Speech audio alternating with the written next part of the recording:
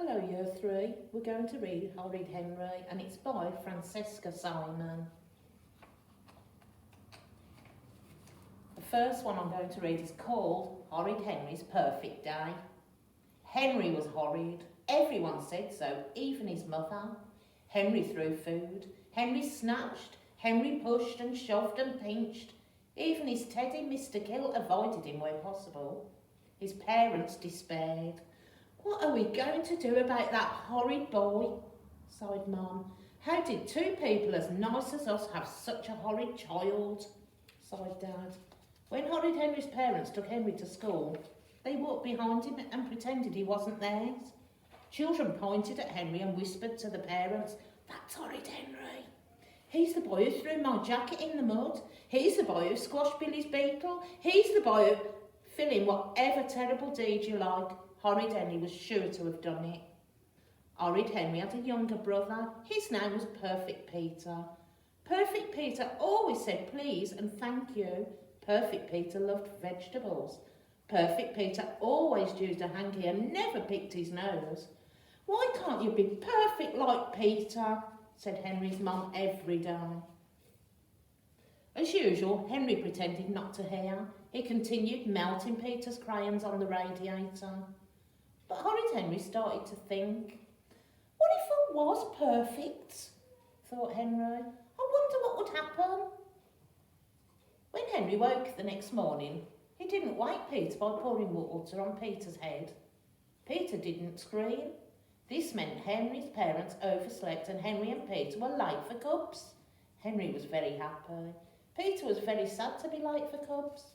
But because he was perfect, Peter did not whine or complain. On the way to Cubs, Henry did not squabble with Peter, who sat in the front. He did not pinch Peter and he did not shove Peter.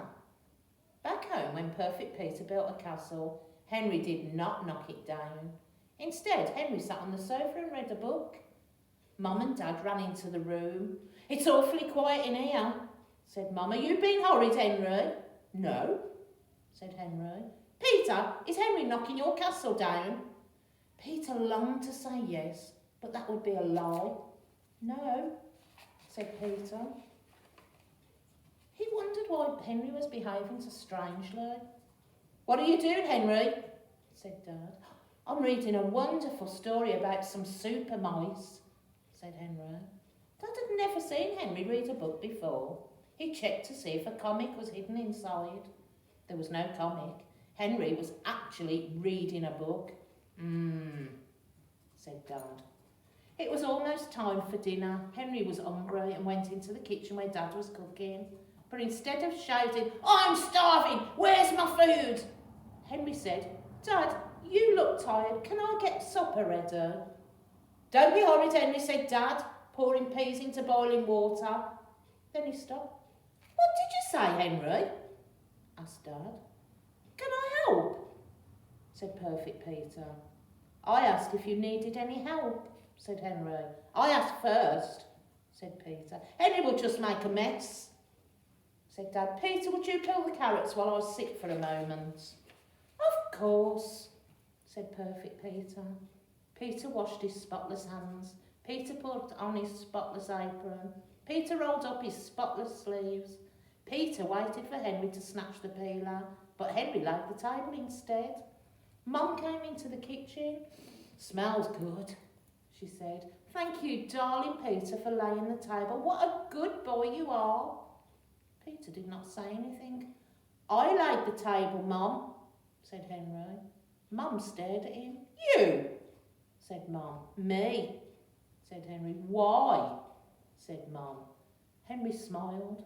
"To be helpful," he said. "You've done something horrible, haven't you?" said Dad. "No," said Henry. He tried to look sweet. "I'll lay the table tomorrow," said Perfect Peter. "Thank you, Angel," said Mum. "Dinner's ready," said Dad. The family sat down at the table. Dinner was spaghetti and meatballs with peas and carrots. Henry ate his dinner with his knife and fork and spoon. He didn't throw peas at Peter and he did not slurp. He did not chew with his mouth open and he did not slouch. "Sit properly, Henry," said Dad. I am sitting properly, said Henry. Dad looked up from his plate. He looked surprised. So you are, he said. Perfect Peter could not eat. Why wasn't Henry throwing peas at him? Peter's hand reached slowly for a pea. When no one was looking, he flicked the pea at Henry. Ow! Said Henry. Don't be horrid, Henry, said Mum. Henry reached for a fistful of peas. Then Henry remembered he was being perfect and stopped. Peter smiled and waited, but no peas bopped him on the head. Perfect Peter did not understand. Where was the foot that always kicked him under the table? Slowly Peter stretched out his foot and kicked Henry. Ow! Said Henry. Don't be horrid, Henry, said Dad. But said Henry, then stopped. Henry's foot wanted to kick Perfect Peter round the block. Then Henry remembered he was being perfect and continued to eat. You're very quiet tonight, Henry, said Dad. The better to enjoy my lovely dinner, said Henry. Henry, where are your peas and carrots? Asked Mum. I ate them, said Henry. They were delicious. Mum looked on the floor. She looked under Henry's chair. She looked under his plate. You ate your peas and carrots, said Mum. She felt Henry's forehead. Are you feeling all right, Henry? Yeah, said horrid Henry. I'm fine, thank you for asking, he added quickly. Mum and Dad looked at each other. What was going on? Then they looked at Henry. Henry, come here and let me give you a big kiss, said Mum. You're a wonderful boy. Would you like a piece of fudge cake? Peter interrupted. No cake for me, thank you, said Peter. I'd rather have more vegetables. Henry let himself be kissed. Oh my, it was hard work being perfect. He smiled sweetly at Peter. I would love some cake, thank you, said Henry. Perfect Peter could stand it no longer. He picked up his plate and aimed at Henry. Then Peter threw the spaghetti. Henry ducked. Splat! Spaghetti landed on Mum's head. Tomato sauce trickled down her neck and down her new yellow fuzzy jumper. Peter! Yelled Mum and Dad. You horrid boy! Yelled Mum.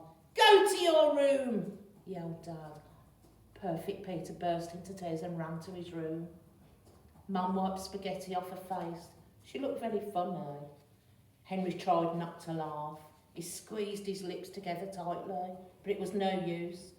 I'm sorry to say that he could not stop a laugh escaping. It's not funny, shouted Dad. Go to your room, shouted Mum. But Henry didn't care. Who would have thought being perfect would be such fun?